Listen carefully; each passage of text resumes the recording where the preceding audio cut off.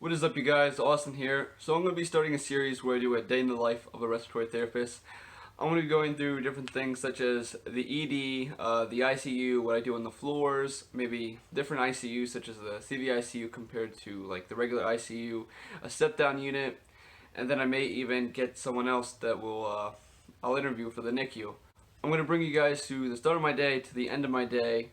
So I'm going to go ahead and I'm going to emphasize on some things, however I may not emphasize on some things as much as I may others. So if you guys have any questions about that, just leave it in the comments. And if you haven't already, make sure you like and subscribe for the YouTube algorithm. Thank you guys so much. So in today's video, I'm going to be going over the ICU and what my typical day is like. So I'm going to be doing a day shift today and I need to be at work by 6:23. So it takes me about 35-40 minutes depending on traffic to get to work. So I get up maybe 5 o'clock, shower, do all the other stuff, and then I also make sure that I have coffee. Just ignore my time, I never even said it. I don't drink coffee every day, but I feel like it gets me through most days, especially when I'm feeling tired and I need to wake up. Plus it's just a nice refresher. So after I get my coffee, I get my lunch together, I got my shower, and then I'm ready to head out the door. And then before I walk out the door, I always kiss my wife goodbye, and I say goodbye to the puppers. Isn't that right?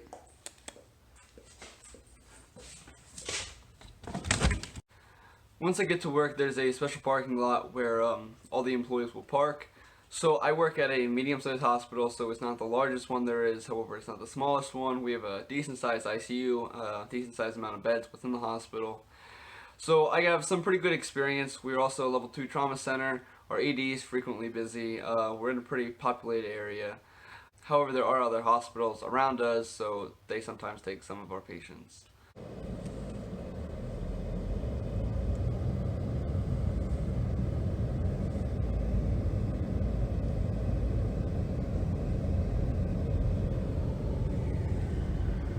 Once I clock in and get all situated and stuff, it's time to get reports so the night shift people can go ahead and leave. So when they give me a report, I get a piece of paper that's printed out, so not every hospital will have paper for you. My hospital does, I find it very helpful. So basically I can see who all my patients are, where they're located, what room they're in, and I can see what's going on with them.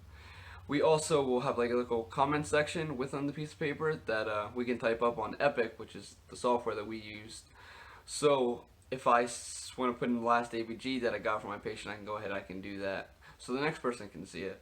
So when I'm getting a report, we talk about each patient individually. So for my hospital, we don't actually go up to the patient's room. We kind of do it down in the break room. So the person that's giving me a report will tell me what's going on with the patient. Tell me any updates, if their patient's going to be going to CT today, if they're going to have any chest x-rays. Maybe they're going to get a bronch, anything that I may be involved in. They'll also tell me the history of the patient and what the history of the patient's stay is. So like if the patient got bronch yesterday, what their chest x-rays looking like, what their past ABGs have looked like, if they got a trach, what size is the tube, where's the tube located at the lip. They may also discuss anything that's going on with the patient in general, not just respiratory. So if a person was in a car accident and they're pretty banged up in the head and they're neurologically just not all the way there, they may tell me about that a little bit. So we're not dealing just with respiratory patients. We're dealing with patients who may have been in drug overdose, or they may have gotten a car accident and have trauma everywhere, but yet the cardiopulmonary system deals with everything in the body, so therefore they have to deal with me, and I'm going to do everything I can to help them heal. So once I receive a report and I have an idea of what's going on with my patients, I'll head up to the ICU and I'll start my rounding. So I'll go to each patient's room and I'll see what needs to be done for that patient. So if they're on a ventilator, they need a vent check, they may need a medication. I may have to suction them. I'm going to go ahead and assess my patients. So listen to the breath sounds, their heart. If they have junk in there, I'm going to go ahead and suction that out. I'm going to make sure that they have a great respiratory drive and that they're doing okay. I may even look at the chest x-ray that they got in the morning. I may have to get an ABG, whatever. So I go ahead and I do my rounds before the doctors do their rounds. So I will also do rounds with the doctors, that way they can talk to me directly and get a better understanding of what I think is going on, and I can tell them what I saw with the patient. So when I do the rounds with the doctors, it'll be the nurse, the doctor, the physician assistant, or the nurse practitioner, the respiratory therapist, and maybe another nurse, such as the lead nurse or something like that. So I essentially do everything that I did on my rounds, except for I do with the doctors now, and I let them know what's going on. I mean, the doctors are up to date with these patients, so they have a pretty good idea, but they get the ideas from me of what I'm thinking, as well as the nurse. As I said, I clock in about 6:23, so after I finish my rounds and I do the rounds to doctors, it's probably about 10:30, 11 o'clock. Not always that late. That's a typically busy day. Sometimes I'm early as done as 10 o'clock. But as soon as I'm done with rounds with the doctor, I can sometimes go down and grab a quick bite to eat, but then I gotta come right back up and start rounds again, because after 4 hours, our patients generally need vent checks again, BiPAP checks, or they may need more medication. So some hospitals do things a little differently. They'll do vent checks every 2 hours. My hospital does them every 4. So in the beginning of the video, I forgot to tell you guys that everything I'm telling you is through my experience and what I got to go through. I'm just walking you through a day of my day. So some hospitals may do things a little differently. Not all hospitals use the same equipment, and not all hospitals do the same procedures. Every hospital is a little different. So like I said, everything is my experience and what I've been going through. So after I grab a quick bite to eat, I go back up and I do rounds. So once I do rounds, I may have different things to do, because some patients may have to go some places. So if I have a patient on a ventilator, they may have to go to CT. So our CT scanner is on the first floor and our ICU is on the second floor, and I have to go ahead and help transport. So sometimes if another therapist is a little slower than I am, their workload may not be as heavy, they'll come over and help. If not, I can also call my lead therapist and they'll come over and help as well. So for those of you who don't know what a ventilator is, it is basically a breathing machine, a tube that is inside of a patient, and I breathe for them. So essentially it's known as the life support. After I finish my second rounds, I may have to get any ABGs or anything the doctors may want. If not, I can go down, I can get lunch, and then I have maybe 30 minutes to an hour break. I mean, it all depends on how fast or how slow the day is. If I was working only an 8-hour day, I would essentially be done by 2:23, because that's when the next therapist would clock in. So whenever I finish with second rounds, if nothing pops up after that, I may not have to do anything until the next person comes in. So those are some pretty awesome days. If I'm working a 12-hour shift, I may have to do another thing of rounds. So our rounds are typically 8 o'clock, 12 o'clock, 4 o'clock, 8 o'clock, midnight, and then 4 in the morning. So every 4 hours. So it depends on what shift you're working, how long you're working. It depends on how many rounds you'll do. So I made a video talking about the different shifts that a respiratory therapist could work. Every hospital is a little different. I also discussed if a therapist is going to be able to work weekends, if they don't have to work weekends, in that video. So make sure you guys go check that out as well. So if I'm doing a 12-hour shift, I already did my first 2 rounds, so now I gotta do my third rounds, and I'll start them probably around 3 o'clock. Like I said, rounds start at 4, but you have an hour before, an hour after to finish, because rounds don't always go the quickest, especially when random things pop up. So once again, I'll go up, I'll do my vent checks, I'll give anyone any medication they may need, I'll do my assessments on all my patients.